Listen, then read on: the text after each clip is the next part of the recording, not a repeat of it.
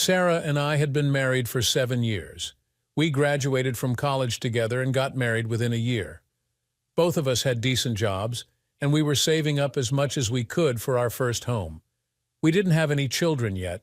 I wanted them, but Sarah couldn't get interested in being a mother. That seemed to be the only contention in our marriage. We had our first sex while we were in college and were always open to trying new things, nothing kinky or perverted.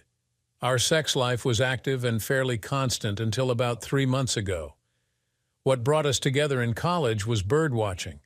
We both enjoyed being out in the open looking for elusive species. We met at an organized birding hike and found that we enjoyed each other's company. It was nice having someone to go on outings with, and it was great that we both liked the same thing. Our first sex was in the woods, which turned out to be Sarah's favorite place for carnal pleasures. She was a North Face type of girl, never wore fancy undergarments, preferring Fruit of the Loom to Victoria's Secret. I thought she looked sexy. She had blonde hair, shoulder length, and a fair complexion. She had a perfectly round shape.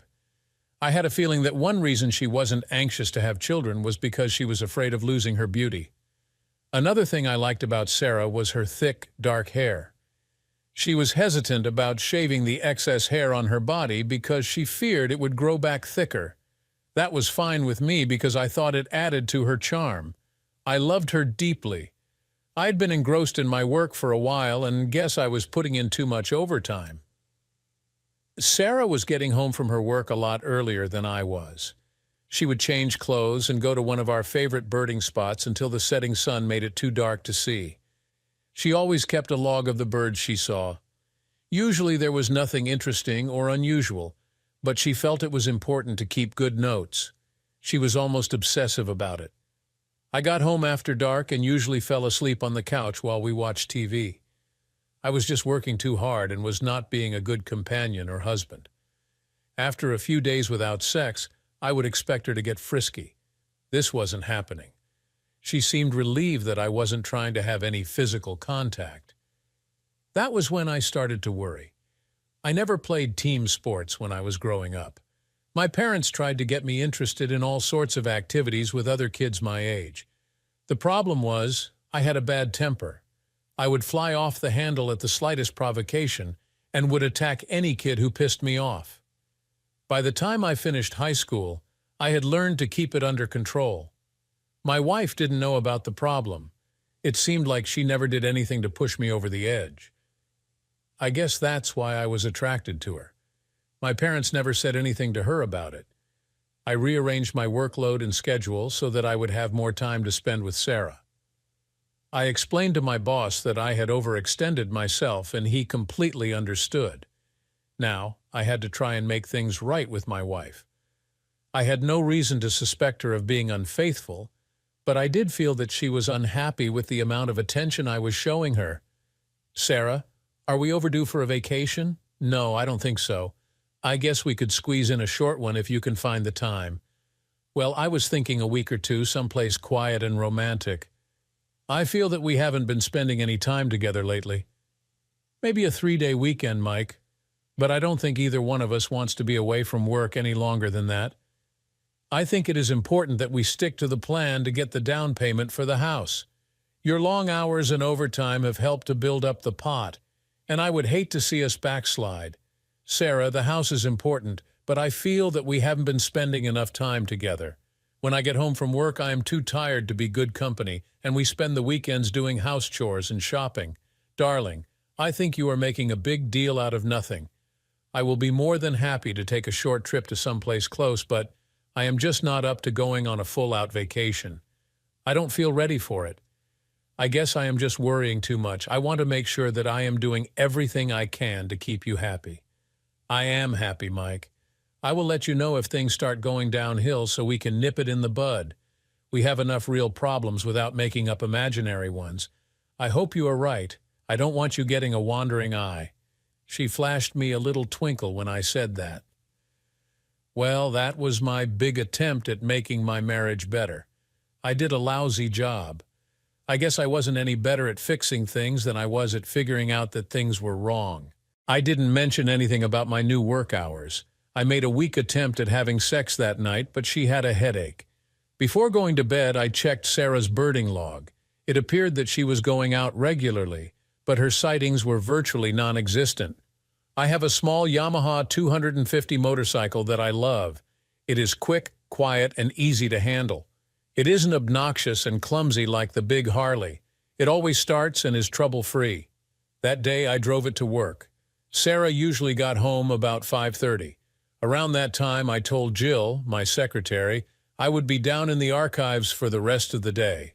I asked her to call me on my cell when she was leaving for home. There were no landline phones in the basement, and no one usually worked down there. I left work by the fire exit in the back of the building and put a small wedge in the door to keep it from locking. 5 minutes later, I was parked down the street from the house. The Yamaha was easy to hide.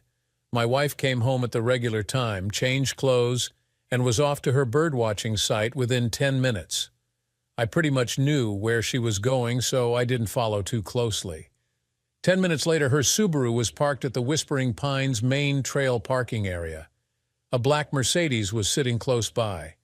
We spent a lot of time at this park, so I knew the trails well. After parking the bike in some trees, I started up an alternate trail. I took my time and was careful not to make any noise. Years of birding gave me an edge in this area. Every few minutes I would stop and scan the area ahead with my binoculars. Toward the top of the hill, it got a little rough. The trails were marked, but they were close to some dangerous overhangs. It was good for hawk watching, especially at this time of year. You could see for miles across the valley and everything was fine as long as you didn't look down. I couldn't help myself. I stopped for a moment and trained my glasses over the valley, looking for some early hawk arrivals. It was beautiful. That was when I heard the giggling. The woods were dense enough that it would be easy to hide if necessary. Of course, that also made it hard to see anyone if they were hiding. My attention was now directed toward the faint sound I heard. It was not constant, so that made it hard to pinpoint. Slowly, I inched forward, making no noise at all and listening very carefully. A flash of blue gave them away. It was the lining in her vest. I found a comfortable spot that allowed me a decent view and took out my spotter scope. The binoculars were handy, but the scope gave me a much better picture and had a camera attached. I was elevated from their location and was able to find a place where I could get a clear view by lying prone. I could keep hidden and still be able to watch for a long time without getting fatigued. It was a very secluded spot, and they did not have to worry about anyone finding them by accident. My wife's companion was James Hardy.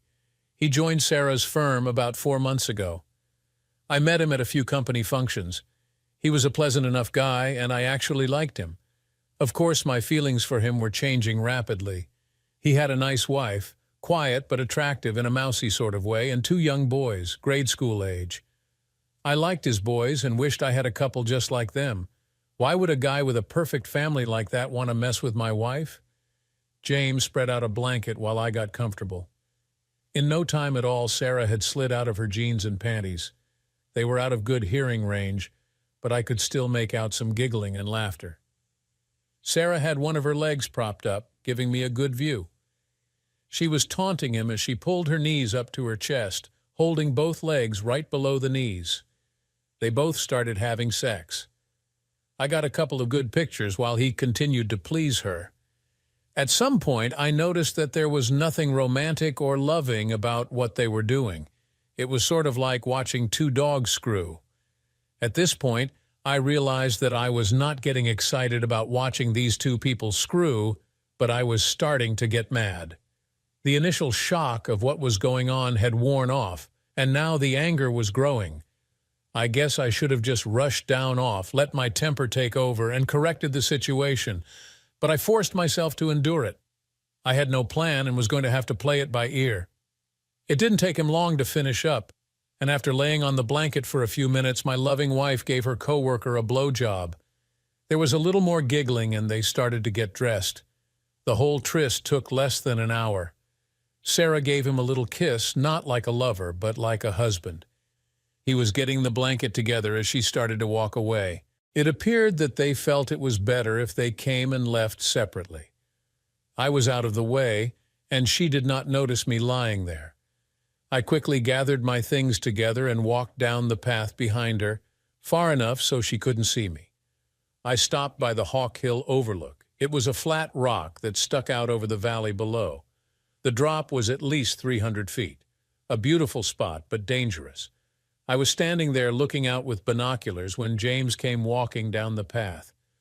My blood was boiling when I saw him, but outside I was calm. "What you looking at?" "It's a red-tailed hawk feeding her babies at the top of that pine tree."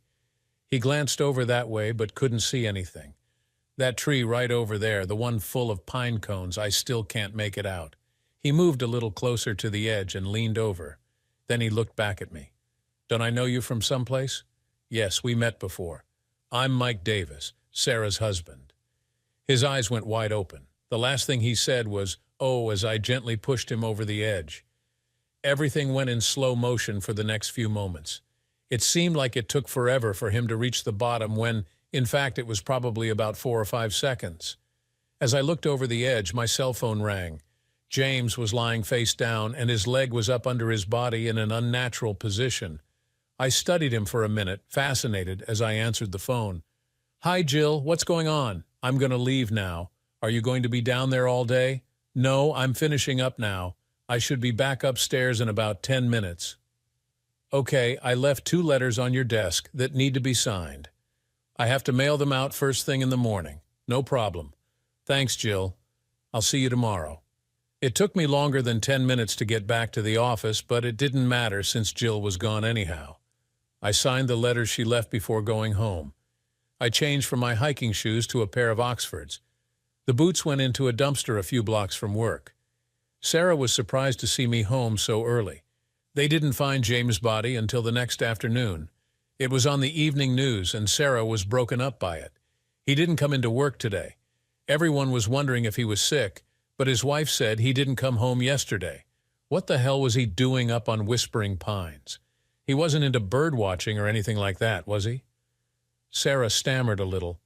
"No, I don't think so." "Did you go up there yesterday after you got off work?"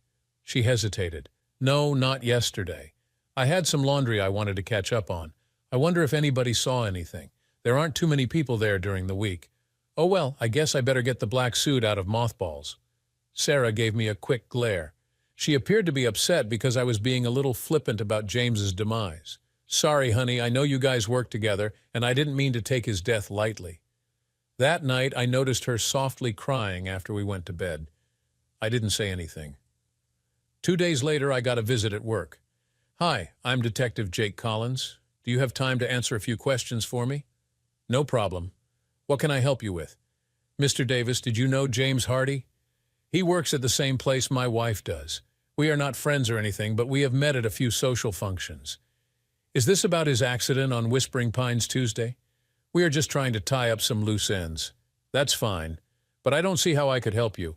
I didn't even know the man that well.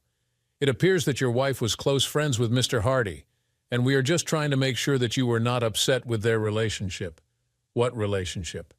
"I don't have the slightest idea what the hell you're talking about. My wife worked with James Hardy, and that was the extent of their relationship. I understand what you are inferring, and I don't like it.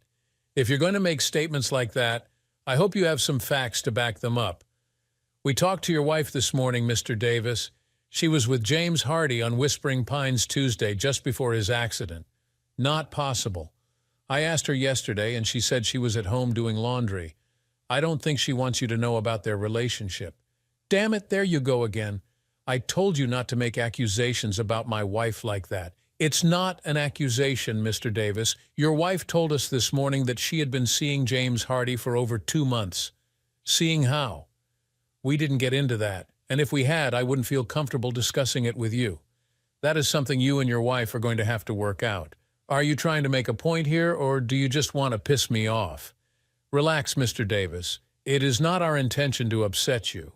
We talked to your secretary, Jill, earlier, and she said you spent most of Tuesday afternoon in the basement going through archived files." "Not most of the afternoon, only about 2 hours or less. I was in my office for the rest of the time. I left early, about 5:30 or 6. The guard downstairs said you signed out about 5:45. Sounds about right?" I wasn't watching the time. I just wanted to get home to my wife. Your wife said you got home about 6. It only takes about 10 minutes to get there. Did she tell you I was there for the rest of the evening? Relax, Mr. Davis. Everything is fine. We are just checking a few loose ends to make sure nothing is overlooked. You really weren't aware of your wife and James Hardy's relationship, were you? No, but I think it will be the main topic of discussion at the dining table tonight. Jake Collins gave me his card, excused himself, and quietly left. I was fuming. I swear smoke was pouring out of my ears. Of course, I knew what Detective Collins told me, but just hearing from another person was infuriating. I threw my stapler across the room just as Jill came in. Mike, I hope I didn't say anything wrong. I didn't want to get you in trouble, so I just answered their questions as honestly as I could. That's okay, Jill. It looks like there are some personal problems that my wife and I are going to have to work out. You might have to cover for me for the next few days. It looks like I'm going to be busy. Can do, boss. No problem. Now I had no intention of working out my problems with Sarah. All I wanted to do was figure out the best way to end the marriage. Luckily, there were no children, and we were in a rented house. I wanted kids in the worst way, but now I was glad that Sarah had said no. It wasn't even 3:00 yet, but I put all my stuff away and walked out the door. Jill gave me a small nod of understanding as I left. There was $65,000 and change in our house account. I took out $58,000 and went down the street to the local GM dealer. 2 hours later and $50,000 poorer, I drove out in a yellow Hummer. I decided I didn't want a new house after all. I needed the extra money to buy gas for the monster. Shortly after pulling into the driveway, Sarah came out. What the hell is that? Like it? It's my new car. I decided I needed something a little sportier. Are you crazy? How the hell are we ever going to pay for something like that? No problem. I paid for it in cash. With what? Where the hell did you get the money to buy a truck like that? Don't tell me you took it out of our house account. Well, I didn't see why a single guy needed a house, so I got the Hummer instead. We were gathering a crowd outside as we walked into the house. Sarah grabbed my arm. What do you mean by a single guy? I think you know the answer to that one, don't you? Why would I want to buy a house with you? Hell, why would I want to stay with you? Come on, Mike, you're talking like a crazy man. Calm down and make a little sense, okay? Sweetheart, Detective Collins came to see me today and told me about your relationship with James Hardy. You were with him on Whispering Pines yesterday. You told me you were home doing laundry. Care to explain that? I didn't want to upset you. James and his wife were having problems, and since he was new in town, he didn't have anyone to talk with about it. I was just giving him a shoulder to cry on. What was wrong with going to Denny's or Starbucks? Why did you have to go up to Whispering Pines? James was very emotional, and he was afraid he would break down and cry. He didn't want to do that in public. I got up and poured myself a cup of coffee. Sarah sat quietly, waiting for my next move. It was like a little game. I was mad that she even decided to play it. That's all, and you know it. I am hurt that you think so little of me, that you try to pull something like this. You and James have been lovers for over 2 months. You have cheated on me, and he has cheated on his wife. I'm tired of listening to you make up little girl stories. Either face up to it like a grown-up or keep your damn mouth shut. You don't know what the hell you are talking about. Just because you make something up doesn't mean it is true. There is nothing between James Hardy and myself except friendship. If you can prove otherwise, go ahead. I was on the spot here. I had pictures, damn good ones. If I showed the pictures, I would have to admit that I was on Whispering Pines the day James died. I couldn't do that. I was trying to think on my feet, but it was hard because I was sweating with anger. My fists were clenched, and the blood vessels of my neck and forehead were popping. I have some very nice pictures, Sarah. Would that be proof enough? Pictures of what? Pictures taken where? Pictures of the two of you having sex in a motel room, I said in desperation. Ha, that proves you were lying. We never had sex, Sarah froze, realizing what she had just said. Her denial was also an admission. In her determination to prove me wrong, she slipped up. She never finished the sentence. Her eyes glared at me, and her lower lip started to quiver in anger. She hated being beaten. You son of a witch. I'm not talking about this anymore, and you are not getting a divorce from me. You can go to sleep in your new truck because you won't be getting in my bed for a long, long time, if ever. Get your own supper and leave me alone. We are still going to the funeral together tomorrow, right? Kiss my bum." It was an unusual funeral because both James and his wife, Lisa, were not from the local area. I don't know why she decided to bury him here rather than in their hometown. The only thing I could think of was that she was upset by the circumstances surrounding his death and didn't want to explain it to their friends and family. Most of the people there were from the office where Sarah and James worked. At the end of the ceremony, the people were walking by the widow offering condolences.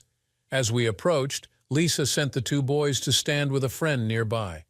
Sarah held out her hand and Lisa looked her in the eyes. "You have a lot of nerve showing up here, you 304. You ruined my marriage, destroyed my family, and you have the gall to come here to rub it in. If I ever see you again, I will tear you to pieces. That is a promise." Sarah just looked at her with her mouth open. She didn't know what to say or do. She started to say something but changed her mind and just turned and walked back to the car. Several people nearby heard the whole thing. I looked at Lisa Hardy as she watched my wife walking away. There was hate in her eyes. "I am sorry if she did anything to offend you. I am sure it wasn't intentional." "Oh, grow up. She cheated on you and you defend her? What kind of a wimp are you? Go comfort your 304 wife. You are just irritating me, and I don't need that now." I gave her a small nod and walked back to the car. Sarah said nothing on the drive home, but when we got to the house, she unloaded on me. "You son of a witch. Why did you insist that I go to that damn funeral just so I could be made a fool of?" "Sorry, but there were a lot of people there from your work. Why would she choose you to attack? Blow it out your bum, you smart-mouth scum-sucker." She stormed into the house, and I didn't hear a word from her the rest of the day. I slept in the spare bedroom from then on. I didn't want to have sex with her anyhow, so when she made the decision, I was relieved. About noon the next day, I drove over to Lisa Hardy's house. I had no idea what I was going to say, but felt obligated. She was in the garage with the boys sorting through some boxes. "Hi, sorry to bother you, but I wanted to apologize for anything I might have done to upset you yesterday." She just looked at me and kept working. Finally, she turned. "Look, I have a lot on my plate right now. I have to clean up the mess my husband left and then find some way to get on with my life. I just don't have time to listen to any whining right now. Is there anything I can do to help? You're not serious. Yes, I have the time and wouldn't mind lending a hand. Okay, grab a handful of those trash bags and follow me." We went into the house and upstairs to the master bedroom. That is James' closet, and this is his dresser. Take everything out of them and put it in the bags. When you are done, you can take them to Goodwill. Can you handle that? Sure can. The boys help? Josh and Terry, this is Mr. Davis. He's helping put Daddy's stuff in the bag so we can get rid of it. Okay? The boys both shook my hand. Josh was about 7, and Terry looked to be 5. They were two great-looking kids that I would have given anything to have. It took less than an hour, and the boys and I were hauling the bags of clothes and shoes down to the Hummer. I ran a load downtown and then came back to the house. Now what? That's okay, Mr. Davis. You don't have to do anything else. You do not have to feel obligated just because of what your wife did. Do you know exactly what they did, or is it all conjecture? Little bit of both, but I don't want to talk about it in front of the boys. Could we discuss it later? Come over tomorrow. I have to clear out the basement and the garage if you don't mind working while we talk. The boys have a play date with some school buddies. That sounds good, but I'll miss the guys not being here. As I drove away, I felt a little better about things. I was sorry for killing James, but I think he deserved it. I think Lisa felt that way too. I didn't have any idea what I was going to do about Sarah. I don't know why she was resisting the divorce. My wife was making chili when I got home. I figured I would try and get her to open up a little before we sat down to eat. Sarah, in light of what has happened the last few days, do you think it would be better if we considered a separation? No, not really. I think it is pretty apparent now that you and James were having an affair. I assume you were not happy with our arrangement. Do you want to try and explain it to me? There is not much to say, Mike. After spending some time with James both at work and at other times, I realized that your idea of our future together did not match up with what I was looking for.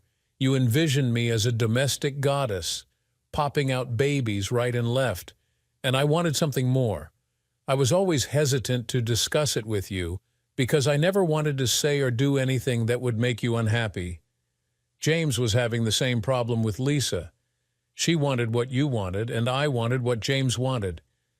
We ended up consoling each other, and sex came next. He wasn't better than you, just different. Wouldn't a divorce seem appropriate now in light of what you told me? No way.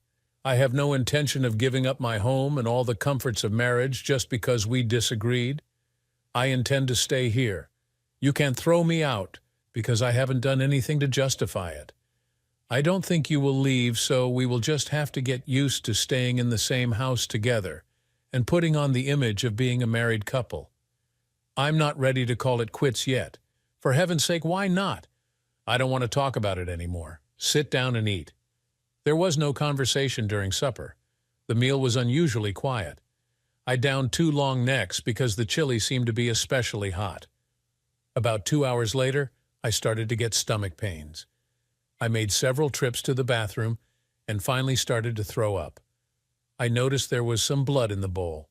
Sarah, I am feeling pretty bad. Can you run me over to the emergency clinic? Hell no. Desperate Housewives is just ready to come on. If you are having a bellyache, take a Tums. It's more than a bellyache, Sarah. Come on, please, drive yourself. You are acting like a baby. I grabbed my keys and went to the car. My neighbor was putting out his trash, and he asked me what was wrong. I explained, and he drove me to the hospital emergency room. The next thing I remember was waking up and looking at the sun coming through a window. I turned to look to the other side, and there sat Detective Collins, reading a magazine. Good afternoon, Mr. Davis. I thought you were going to sleep all day. What the hell are you doing here? What happened? And what time is it? Hey, guy, I am the one who asks the questions. Take it easy and everything will come to you. Okay, sorry if I got a little anxious. Understandable under the circumstances, Mike. It seems like you got a hold of a little bad chili last night. Luckily, your neighbor got you here in time. They had to pump you out and give you a lot of fancy medicine that I can't pronounce. I think you ended up with a high and a low enema or something like that. What the hell was it? They told me the fancy name, but basically it was rat poison. What did she say? Well, she gave us the leftover chili, and it tested okay. She claims she has no idea where the poison could have come from. She ate the same food you did, and she was fine. We looked around the house and the garage and couldn't find anything. So what are you going to do? Nothing at present. About that time, the doctor came in with a nurse. He checked a bunch of stuff while the nurse took another blood sample. He said I could go home when I was ready and gave me a paper with some bland food listed on it. I borrowed Detective Collins' cell and called Lisa to apologize for not showing up to help her. Jake took his phone back. Why does your wife want to kill you, Mr. Davis? I don't know. Why did she kill James Hardy? Do you know that for a fact? No, I don't. But she was on Whispering Pines, and she was the last person to see him alive. Come on, Jake. I'll give you a ride home. Sarah was all gushy when we got home and apologized over and over about not being more responsive to my problem. I went to the spare room and closed the door. I didn't need any more meals at home after that. The next day I told Jill I would be out on a sick day and asked her to try and find an apartment for me. Somehow she had found out what happened. I waited till after Sarah left for work and then started to get some of my stuff together so I could move out quickly if necessary. I was a little upset that the police were not able to do anything about the poisoning. After a quick breakfast at the diner, I stopped by to see Lisa. The boys were at school. Lisa was more upset over what happened than Sarah was. I promised her I would be back later after I took care of some personal business. Sarah didn't want a divorce, but she did want me dead. That meant one of two things, revenge or money. I stopped to see my insurance man. I guess it was a stupid thing to do. But shortly after we were married, I took out $1 million life insurance policy with Sarah as the beneficiary. The payments were high, but the cash value was now over $70,000. I cashed it in, then I canceled the collision and comprehensive coverage on Sarah's Subaru. I went by work and canceled the medical and dental coverage that I had on Sarah through the company. The medical insurance would still be in effect for 90 days, but the dental stopped at the end of the month. I changed the beneficiary on my company insurance policies to my mother. Jill was glad to see me and offered any help she could. The bank manager told me that Sarah had already cleaned out the rest of the house fund, about $10,000. I explained the situation to him, and he agreed to set everything up so that he could close out the credit cards and checking as soon as I notified him. I started a new account and signed a bunch of papers for him. I swung by the house. Sarah was there wearing her birding clothes. We were pleasant to each other, but not gushy. She said she was going up to Whispering Pines to do a little bird watching and relax. It felt like I was being set up, but I decided to play along. Shortly after she left, I was on my way riding the Yamaha. Her car was parked on the upper lot, along with a gray Ford Ranger. I quickly went around the mountain to the lower lot. Her mountain bike was chained to a tree by the side of the lot. I parked my Yamaha on the other side, hidden by some bushes.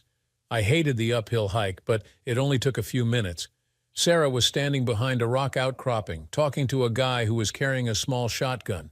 It was the kind of gun that had a pistol grip instead of a stock. As I watched, she gave him a photograph in a business-size envelope. He looked at the picture carefully, and then opened the envelope and counted a large amount of money. They shook hands, and Sarah started to rapidly walk directly toward me. I quickly ducked behind a small ledge and waited silently until she passed. The man she was talking to hunkered down behind the rock so he could watch the trail coming from the parking lot. He was waiting, and I was pretty certain what for. Sarah had counted on me to follow her and assumed I would come from the lot where she parked the car. It was quicker going back down the hiking path than it was going up. When I got to the bottom, I saw that her bike was gone. I took the Yamaha and went up to the top lot. The Ford was unlocked. There was a jogging outfit on the front seat. I took the registration from the glove box, a pack of matches from the center console, and the jogging suit pants. I twisted the jogging pants as tight as I could and dipped them into the Yamaha's gas tank. After doing both ends, I shoved the pants into the truck's gas tank, lit the end, and got out of there as fast as I could. Halfway down the mountain, I heard the explosion. I hope she gave him enough money to cover that. I probably broke a few traffic laws getting home, but I had to take some back roads so I wouldn't catch up to Sarah. After parking the motorcycle behind the garage, I took out the lawn fertilizer spreader and started pushing it back and forth across the lawn. There was nothing in it, but she didn't know that. A few minutes later, my wife came down the street and saw me. There was a disappointed expression on her face. I didn't know what she was going to say to me, so I got her first. "Hey, where the hell is the Subaru? You leave in the car and come back on the bike. What is going on?" She stuttered and stammered a little without saying anything, and then her cell phone rang. She turned away while she answered it. I couldn't make out the conversation, but it appeared that the person on the other end was a little excited about something. "Mike, I left the Subaru up on the mountain and decided to get some exercise by riding the bike home. I know it sounds silly, but could you give me a lift back up to get the car? Darling, that doesn't make any sense at all. Come on, I'll run you up there." She didn't say anything on the drive to get her car. She was playing with her fingers on her lap a lot. She sure seemed worried about something. As we got close to the mountain road, we saw a bunch of fire trucks going to the top. We got about halfway up when a police officer stopped us. "I'm sorry, folks, but there has been an accident up on top of the mountain. A truck caught fire. We can't let anyone up there right now. My wife's car is parked up there. Can we walk up to get it?" "Hold on a minute." We sat without speaking while he talked to someone on his phone. "Okay, you can walk up to the top, and an officer will help to guide you past the fire trucks to bring it down." Sarah looked at me as she got out of the Hummer. "You can go on home now. I'll be okay from here. Thanks for bringing me up." I just nodded to her. After she was out of sight, I started to follow her. It was easy because of all the commotion. When she reached the top, the guy she was with on the trail walked over to her. waving his arms. Of course, I couldn't hear anything, but it was evident that she was trying her best to calm him down. They argued for at least 10 minutes, and then he walked over to the fire chief and said something. As he and Sarah got in the Subaru, I hurried back down to the Hummer. It would take a while for them to get turned around with all the fire trucks and hoses, but I still had to rush. As I pulled out, I saw the Subaru turning the corner. I went home, but left right away on the Yamaha. I went to see Lisa. I had to apologize for being late, and she insisted on knowing what had happened. She seemed interested, even though I softened the story up a bit.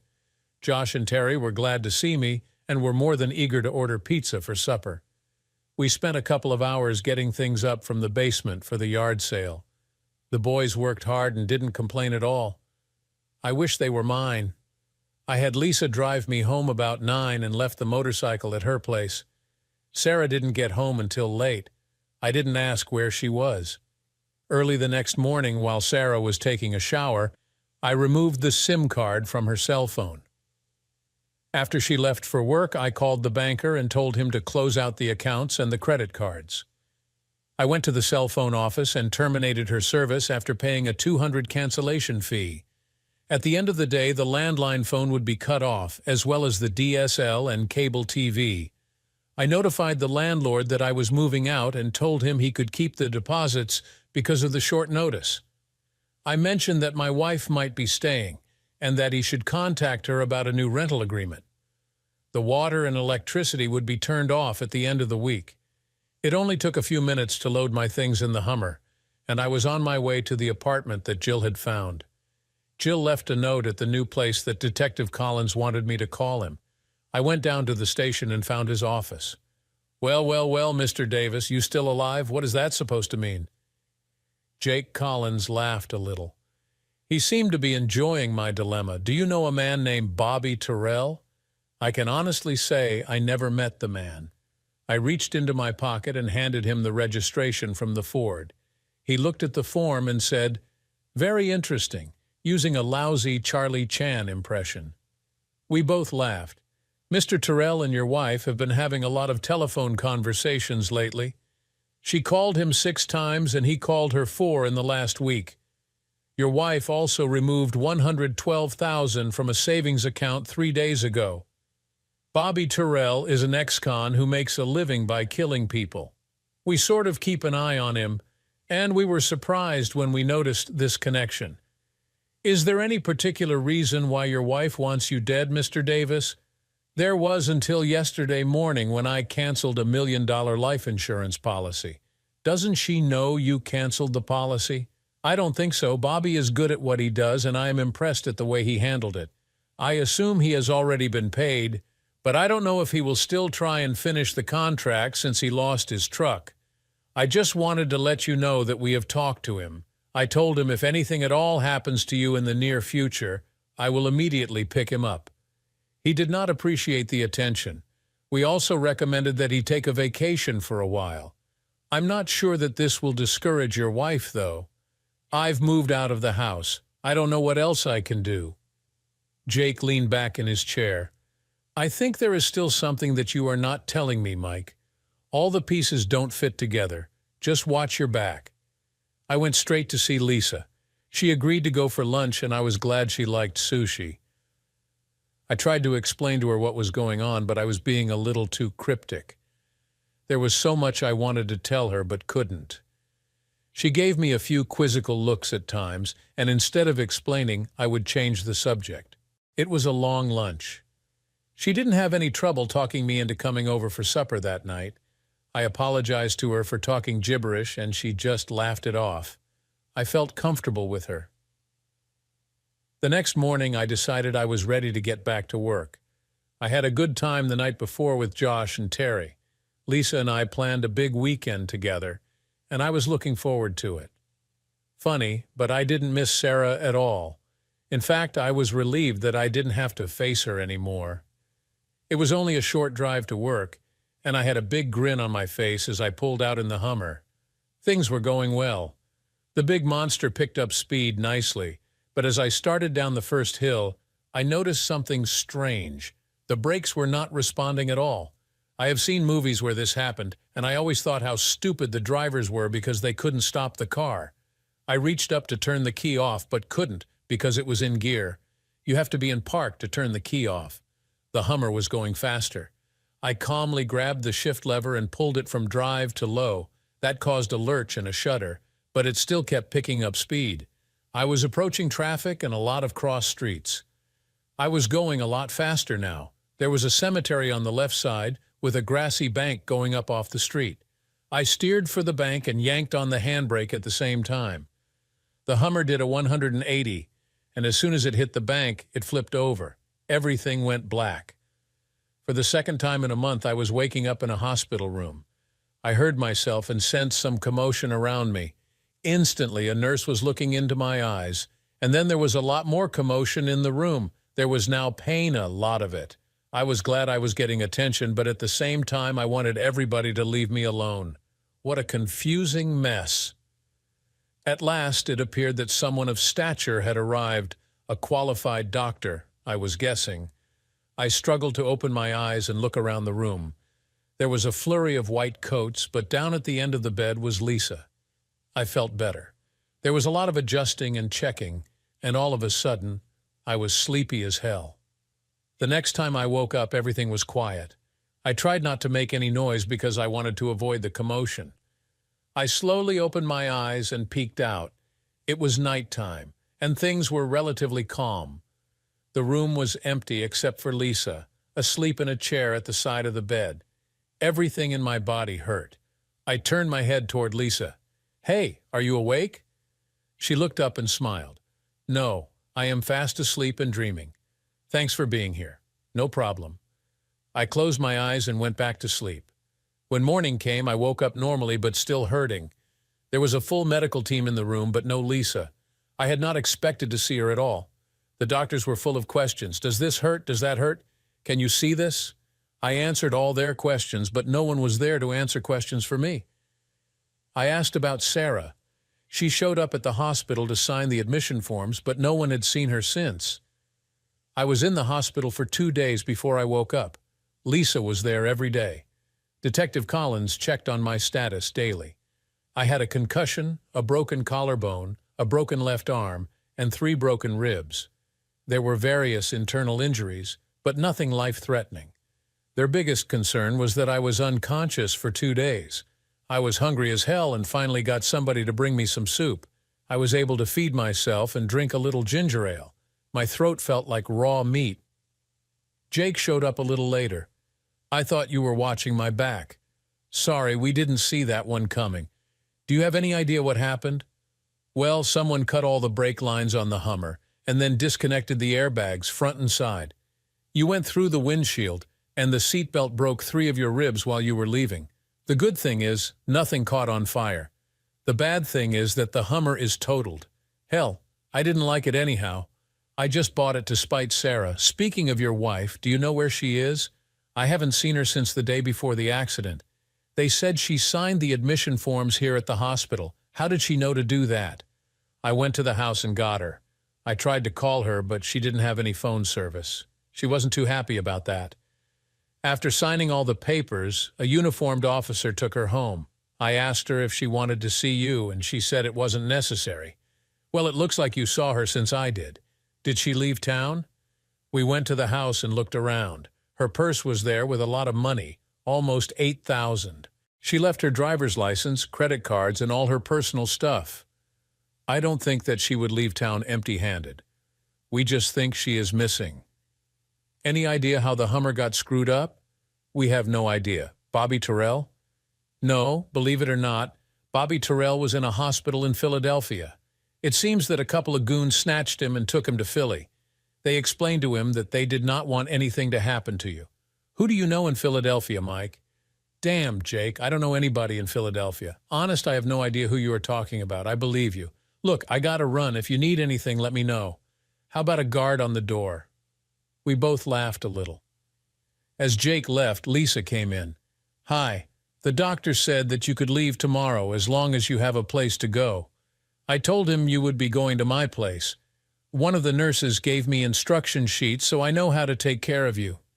I'll be able to change your bandages and stuff. A visiting nurse will come by once a day to see how things are going, and the doctor will see you in a week. Okay, sounds good to me. Who is going to give me my sponge baths? You or the visiting nurse? Your choice, I guess. At least both of my legs worked. I could go to the bathroom by myself, and I could sit up and eat at the table like a regular person. The pain medication made me sick, so I tried to wean myself off it as soon as possible. Lisa and the boys were a joy. I enjoyed my recovery. We didn't go outside the first week, and then I had her drive by the old house. The landlord was there, and he was anxious to talk. He had not heard from Sarah and wanted to know what to do about renting the house. Our things and her things were still there. He needed to have them removed so he could rent it. We made arrangements that were satisfactory to both of us. Jill came to see me at Lisa's house. She had been to the hospital daily and got to know Lisa pretty well. They seemed to hit it off. I was getting ready to go back to work, but I was going to be staying with Lisa and the boys for a while longer. I healed up pretty well. I remained living with Lisa and the boys. After about 3 months, the relationship changed from platonic to romantic. I moved into the master bedroom with little fanfare. Josh and Terry seemed to think it was natural. We were going out together and attending social functions. I even started going to the PTA meetings. The only problem was we were not married. I was still married to Sarah. I checked with Jake regularly, and he never had any news. Finally, I decided to petition the court to have her declared legally dead so I could marry Lisa. I took her to a small romantic Italian restaurant. After a nice bottle of wine and a great meal, I was ready. Lisa, I realize it has not been very long for either of us, but I seriously believe I would like to spend the rest of my life with you. Would you consider getting married? Is that a hypothetical question, or are you proposing? I am proposing. Will you marry me? Yes, but we have one small problem. What is that? You have to meet my family in Philadelphia. Thanks for watching this intense story of betrayal and revenge. What would you do if you found yourself in Mike's shoes? Let us know in the comments below. Don't forget to like, share, and subscribe for more unbelievable tales of infidelity and heartbreak. See you next time.